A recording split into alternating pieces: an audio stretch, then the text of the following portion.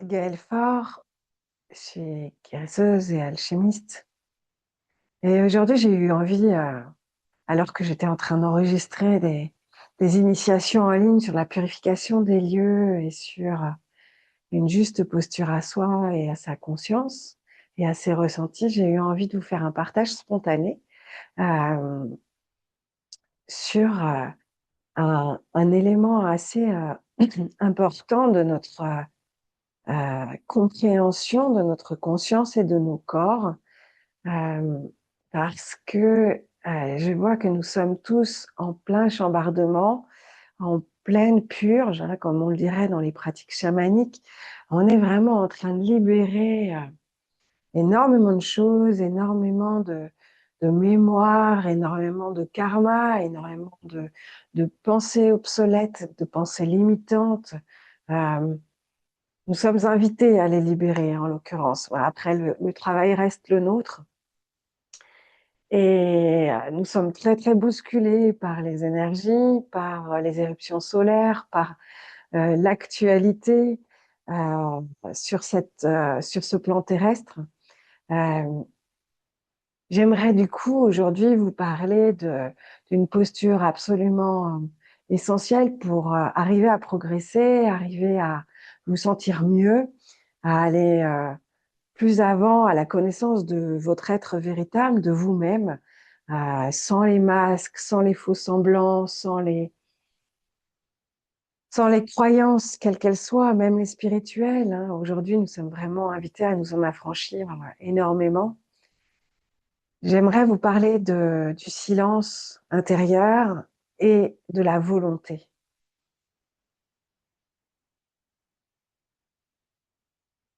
Pour moi, il y a deux axes essentiels dans cette pratique et dans cette envie de déconstruire pour reconstruire quelque chose de plus solide, de plus stable, de plus juste pour nous-mêmes, c'est la volonté. La volonté n'a rien à voir avec notre ego, évidemment, planétaire. La volonté est notre détermination à nous apporter le meilleur, quoi qu'il en coûte. En réalité, il n'en coûte rien, mais ça, c'est notre mental inférieur qui souhaite saboter nos pensées pour nous réduire à sa merci. Je m'explique. Le mental n'est pas notre ami. Vous avez peut-être déjà lu sur mon blog, sur mon journal, sur le site subtil.net, ma vision de la souveraineté, ma vision euh, de la protection énergétique, etc. Ça vous a donné déjà de nombreuses clés. Et j'avais fait, il y a un article, il y a maintenant presque un an, je crois, sur le silence mental. Le silence mental est une posture énergétique qui va nous permettre d'écouter notre conscience d'abord, notre propre conscience dénuée du superflu, dénuée de ses peurs, de ses doutes, de ses croyances. Elle va faire résonner en nos cœurs la voix la plus juste. Pas la vérité intérieure, enfin si, la vérité intérieure, pardon, mais euh, notre vérité de cœur. Voilà, sans tout ce qu'on a appris, sans tout ce qu'on croit, et sans ce mental inférieur. Je dis inférieur parce qu'il y a votre supramental. Votre supramental, tout est question de vocabulaire, hein. C'est pour ça que chez moi, c'est toujours très précis. Votre mental, tel qu'on l'entend souvent, faire du silence mental, parle du mental inférieur. Votre mental sur le plan terrestre, c'est-à-dire lié à cette incarnation. Ce mental est un être à part. Il se nourrit de vos pensées, il se nourrit des émotions émises par vos pensées.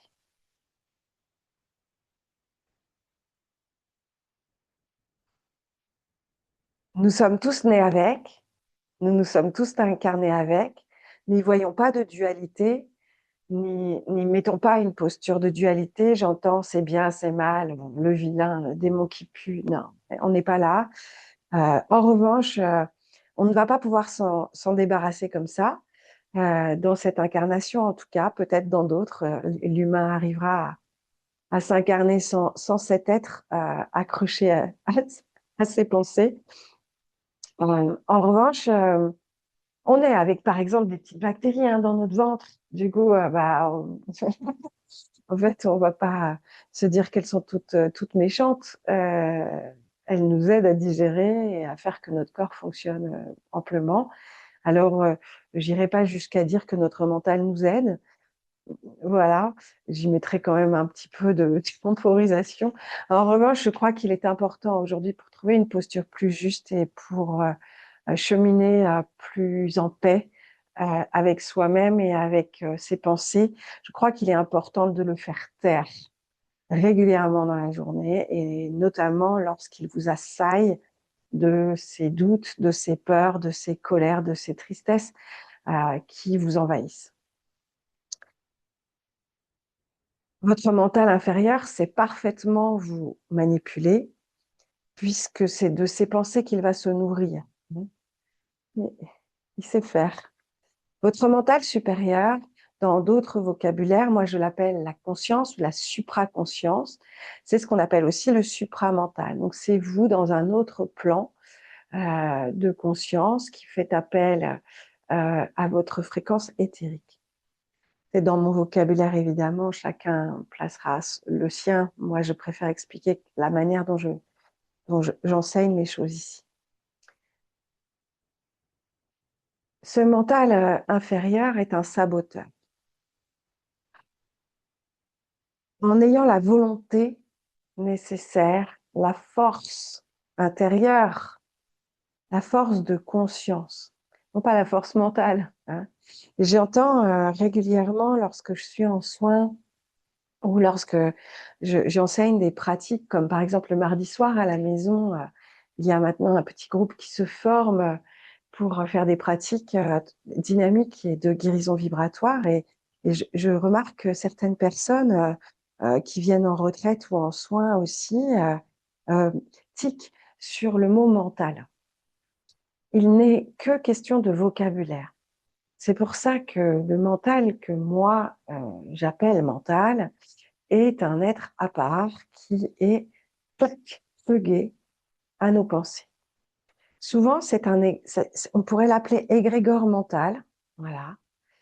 Peut-être que ce serait plus facile. Voilà, on va pas y mettre 50 phrases pour expliquer qui il est. Cet être, vous pouvez minimiser son pouvoir. Vous pouvez minimiser son pouvoir avec votre volonté propre, votre envie d'avancer, votre force intérieure et votre détermination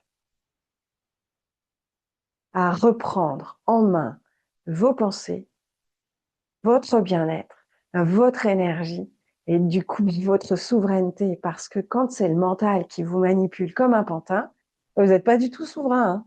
C'est lui qui dit « Ah non, non, on va pas par là, t'as la chocolat, t'as la chocolat, on va pas par là, surtout pas. » Donc voilà, essayez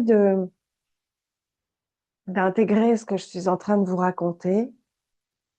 Et alors, vous pourrez mettre en place des pratiques telles que celles que j'enseigne lors des initiations en ligne, lors des séances de soins ou des retraites ici.